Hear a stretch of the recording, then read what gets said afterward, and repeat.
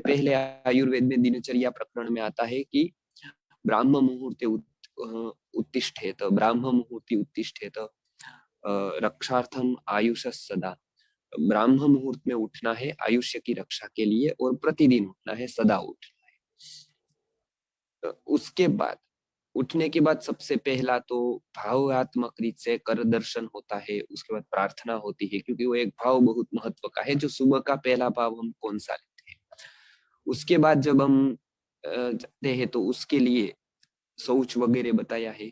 उसके बाद मंजन बताया है, दंत मंजन, दातुन। दातुन जो लोग करते हैं वो एक बात याद रखे, लोग ये कहते नहीं है, मैंने बहुत दातुन की पोस्ट पढ़ी है, उसके ऊपर यूट्यूब के बारे में, यूट्यूब में वीडियो भी मैं देने वाला हूँ। लेकिन दातुन सीधे न करे, उसको पहले थोड़ा कूट कर ले, मतलब थोड़ा थोड़ा उसको क्रश कर ले। थोड़ा क्रश करने के बाद फिर उसको चबाए। सीधे दांतों का वजन दातुन पर नहीं जाना चाहिए, पहले उसको सम्यक तरीके से किसी पत्थर वगैरह से पूरा का पूरा ये कर देना है और घास के चबाने की शुरुआत करनी है। बहुत सारे इसके कारण है, उसकी चर्चा हम कभी करेंगे, लेकिन दातुन करने की विधि है पहले पूरा धो दे, क्योंकि बहुत सारे बैक्टीरियाज वगैरह ऊपर लगे होते हैं। तो दातुन आए तो सबसे पहले धो दे, उसके बाद थोड़ा वो करके उसके बाद वो चबाना शुरू करे एक बार।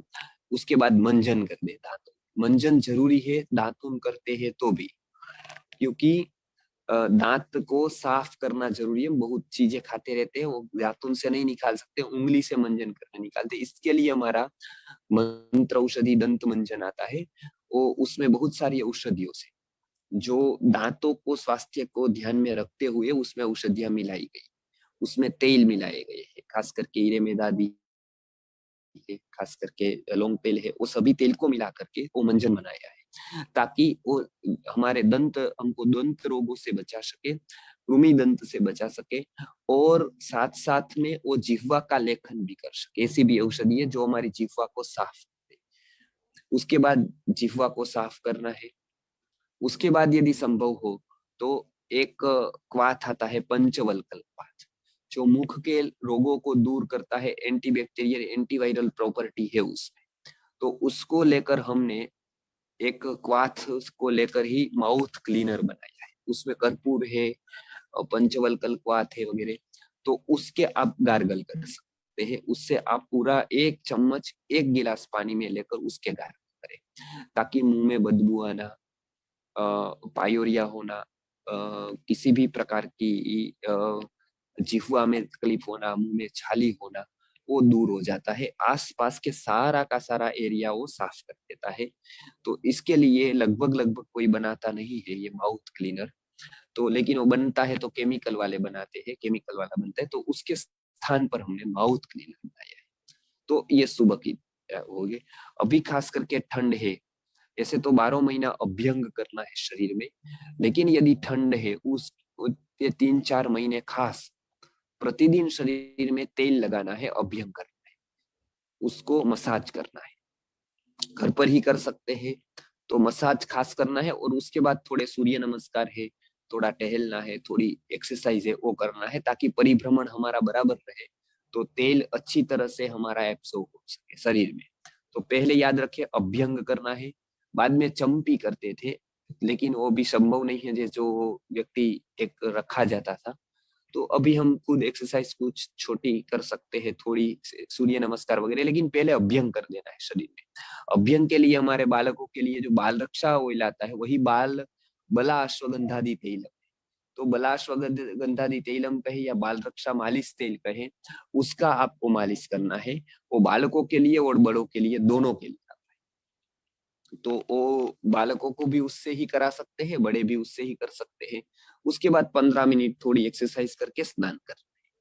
स्नान के बाद अवश्य ही, स्नान से पहले और उसके बाद में दोपहर में अवश्य ही तेल लगाना है। हमारा आता है ऑनियन ऑयल भी आता है, और एक सिंपल हेयर ऑयल भी आता है। बालकों के लिए बाल रक्षा हेयर ऑयल भी आता है। तो ऑनियन ऑयल तो जिसको बाल झड़ते हो उसके लिए बहुत ही अच्छा काम देता है। साधारण अवस्था में क्षीरपाक विधि से बना हुआ कोई भी तेल, या तो कोई भी हमारे आंवले से, भृंगराज से बना हुआ तेल, उसमें हम दो बनाते हैं, ऑनियन ऑयल भी है और खास करके वो भी है। और तेल भी एक सिंपल बनता है, मंत्र औषधि केश तेल के ओजस केश तेल, तो वो भी है एक। तो इसका प्रयोग भी कर सकते हैं। शैम्पू में ओनियन शैम्पू है और एक सिंपल शैम्पू है, उसका भी उपयोग कर सकते हैं। उपटन का खास उपयोग कर सकते हैं। किसी को पंचगव्य का सोप ठीक लगता हो तो बाल रक्षा का सोप ठीक लगता हो तो बालकों और बड़ों के लिए, दोनों के लिए बाल रक्षा सोप चलता है। और वो नूडल्स से बनते हैं, कोपरेल वगैरह के। और यदि वो प्रयोग नहीं करना चाहते तो बाल रक्षा स्नान रज करके आता है, उसमें अलग अलग औषधियों से वो स्नान रज बनाई जाती है। तो उसका भी आप उपयोग कर सकते हैं उपटन के लिए, मतलब उसको घिस कर फिर आप उसको स्नान कर सकते हैं। उसमें विशेषता ये है कि वो एक अलग मिश्रण, एक पद्धति से बनाया है। साधारणता से वो स्नान रज जैसी नहीं है, उसमें एक विशिष्ट सुगंध है गुलाब की। और उसके बाद उसमें अग्निहोत्र की भस्म जो ऊर्जा के लिए बहुत उपयोगी होती है, उसमें वो भी मिश्रण किया है। तो उसका आप उपयोग कर सकते हैं स्नान रज का। तो स्नान रज हो गया, ओजस पंचगव्य सोप हो गया, या तो बाल रक्षा सोप हो गया, या फिर शैम्पू, दो प्रकार में से किसी भी प्रकार का हो गया, तो ये कर सकते हैं। बाद में नाक में डालने के लिए नस्य होता है, तो ये नस्य का भी प्रयोग आप कर सकते हैं। नाक में डालकर उसको, उसका प्रयोग हम कर सकते हैं, नाक में उसको डाल सकते हैं। तो थोड़ा 2-3 बूंद इस बूंद में, 2-3 बूंद उसमें ऐसे डालकर उसका प्रयोग हम कर सकते हैं।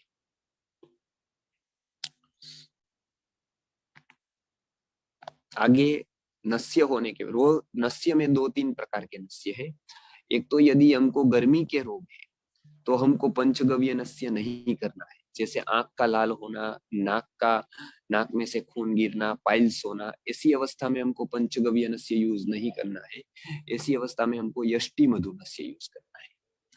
और यदि हमको किसी भी प्रकार की सर्दी है, कोल्ड है, साइनस है, या कोई भी प्रकार का वायु का रोग है, तो उसमें हमको पंचगव्य नस्य का उपयोग करना है। नस्य के ध्यान रखें, एक ठंडा नस्य है और एक गर्म नस्य है। वो दोनों को आपको रोग वाइज या फिर स्वस्थता में भी आप देख सकते हैं कौन से दोष का प्रकोप है, तो उस तरह से आप उसका उपयोग कर सकते हैं। आगे देखेंगे तो स्नान हो गया, तो हेयर ऑयल है, तो वो भी ओनियन ऑयल और सिंपल हेयर ऑयल मैंने बताया, उसका उपयोग कर सकते हैं। आगे नेत्रों के लिए सुबह और शाम को हमारा नेत्र बिंदु आता है, उसका उपयोग कर सकते हैं। नेत्र बिंदु बहुत ही अच्छा है। किसी को जलन होती हो, आंखें लाल रहती हो, उसके लिए बहुत ही अच्छी दवाई। किसको डाल सकते हैं? 2-3 महीने से बालक को लेकर बड़ी उम्र के कोई भी इसका उपयोग कर सकते हैं। इसकी विशेषता ये है कि इससे जलन नहीं होती है और आंखों में लगभग लगभग सभी रोगों में उसका उपयोग किया जाता है नेत्र। तो इसका भी आप उपयोग कर सकते हैं। अभी ठंड की ऋतु है तो उसमें इम्यून प्राशन है, च्यवनप्राश है, मेध्य रसायनम है, अल्फा अल्फा प्राशन है, ड्राई फ्रूट्स। जो शुगर जिन लोगों को है और जो शुगर फ्री खाना चाहते हैं, उसके लिए इसके स्टीविया वाला अल्फा अल्फा भी हमने, स्टीविया वाला शुगर फ्री भी बनाया है। तो इसमें से कोई भी प्रकार का च्यवनप्राश का आप उपयोग कर सकते हैं। तो ये च्यवनप्राश अभी सुबह खाने के लिए बहुत ही अच्छा है, तो इसका भी आप उपयोग कर सकते हैं। उसके बाद क्रम आता है सुबह नाश्ते का, उसमें दूध वगैरह आप ले सकते हैं। अभी ड्राई फ्रूट्स की सीजन है तो ड्राई फ्रूट्स थोड़े ले सकते हैं। आगे भोजन के समय पर खास करके भोजन के बाद किसी को अपचन हो, ऐसी कोई तकलीफ हो, तो गैस की और टेबलेट अभी आई है, वो अच्छी है। पुदीन जीरा का मैंने बताया था, वो पाचन के लिए अच्छा है और भूख बढ़ाने के लिए भी उत्तम है। खाने से पहले 1 घंटे पहले यदि लेंगे तो भूख को बढ़ाएगा, और आधा घंटे बाद लेंगे तो पाचन को बढ़ाएगा। तो ये इसका उपयोग पुदीन जीरा का दोनों तरह से हम उपयोग कर सकते हैं, वो बहुत ही अच्छी दवाई है। आगे अर्जुन चाय का उपयोग कर सकते हैं। मतलब दूध के साथ, दूध ना हो तो पानी के साथ भी उसको लिया जा सकता है। तो इस तरह से हम उसकी दवाई का प्रयोग कर सकते हैं। तो ये एक हमने जो आज साधारणता से ये दी जानकारी कि इसका प्रयोग हम इस तरह से कर सकते हैं। आगे दिनचर्या प्रकरण में ही आगे शाम का भोजन आता है, रात्रि को दूध आता है, उसमें दूध के साथ डालने वाली एक औषधि है, उसका नाम है मेमरी ग्रेन्यूल्स।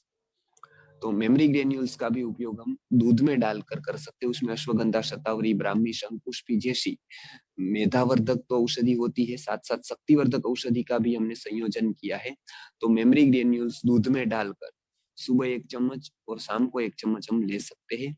तो दूध में डालकर ये लेने वाली औषधि है मेमरी ग्रेन्यूल्स। वो भी छोटे बच्चों के लिए और बड़ों के लिए, दोनों के लिए होती है। अभी ठंड है तो साथ में मेमरी ऑयल भी डाल सकते हैं। मेमरी ऑयल का भी प्रमाण यही रहेगा, सुबह 2 बूंद और शाम को 2 बूंद। मेमरी ऑयल को एक ध्यान रखना है, केवल वो थोड़ा तीक्ष्ण है, इसके लिए ठंड ऋतु में और बारिश की मौसम में ही उपयोग करना है। और खास करके 1 साल के ऊपर के या 2 साल के ऊपर के बच्चे को ही इसका प्रयोग करना है। मतलब बड़े कर सकते हैं, लेकिन छोटों के उपयोग में आपको या तो 1 ही बूंद देना है दूध के साथ या बतासे के साथ उसको दे सकते हैं। तो इतनी औषधि जो थी वो डेली की रूटीन की औषधि का हमने अभी देखा। उसमें रात को सोते वक्त यदि पेट साफ नहीं होता है तो त्रिफला वटी ले सकते हैं आप, रोज ले सकते हैं, कोई हानि नहीं।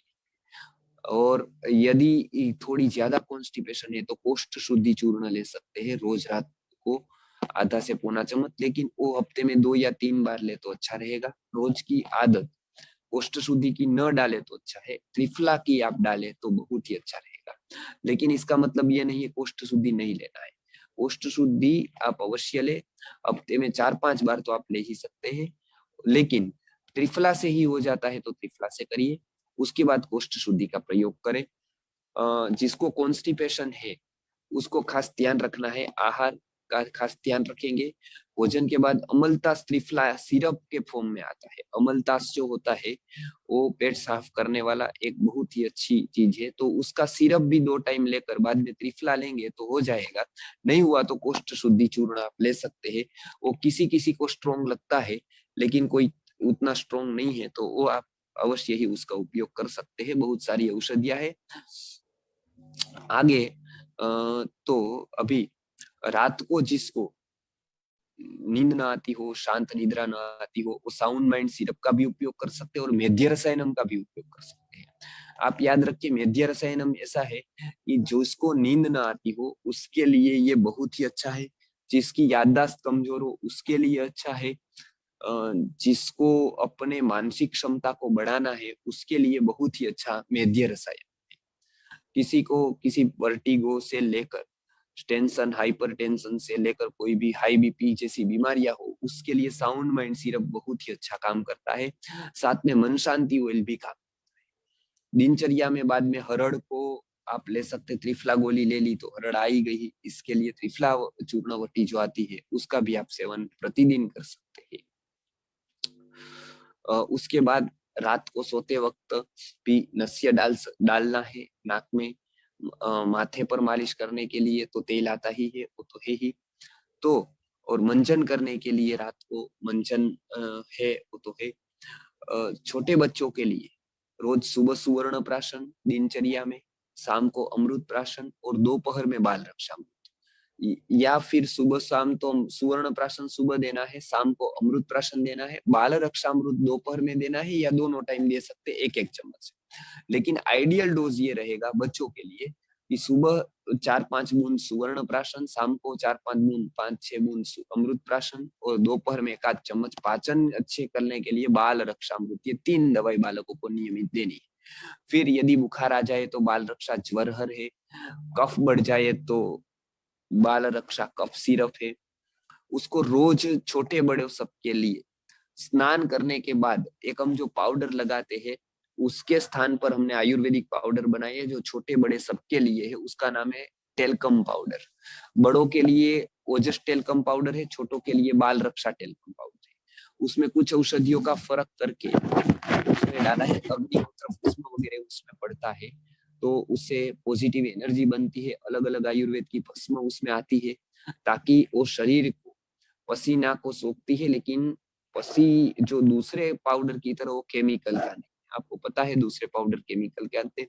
साथ में उसको नेचुरल सुगंध गुलाब की हो या उसकी हो तो वो तेल के साथ उसको भावना देकर मिक्स किया होता है ताकि उसकी सुगंध भी बन रहे। तो जितने लोगों को रिव्यूज आए थे रिव्यूज इस विषय के वो लोगों ने बहुत ही अच्छे रिव्यूज इसके विषय में दिए थे, टेल्कम पाउडर के विषय में। तो बाल रक्षा टेल्कम पाउडर है और ओजस टेल्कम पाउडर है, ये दो प्रकार के टेल्कम पाउडर हम बनाते हैं। कान के लिए, शुद्धता के लिए कान में भी ड्रॉप डाल सकते, कर्ण बिंदु के। किसी को कृमि है तो कृमि हर बूंद ले सकते हैं। तो इस तरह से अलग अलग अलग अलग रोग वाइज भी आप उसका उपयोग कर सकते हैं। लेकिन खास करके बच्चों के लिए बाल रक्षा टेल्कम पाउडर बहुत अच्छा है, और बड़ों के लिए ओजस टेल्कम पाउडर भी बहुत ही अच्छा रहता है, तो उसका भी आप उपयोग कर सकते हैं जी।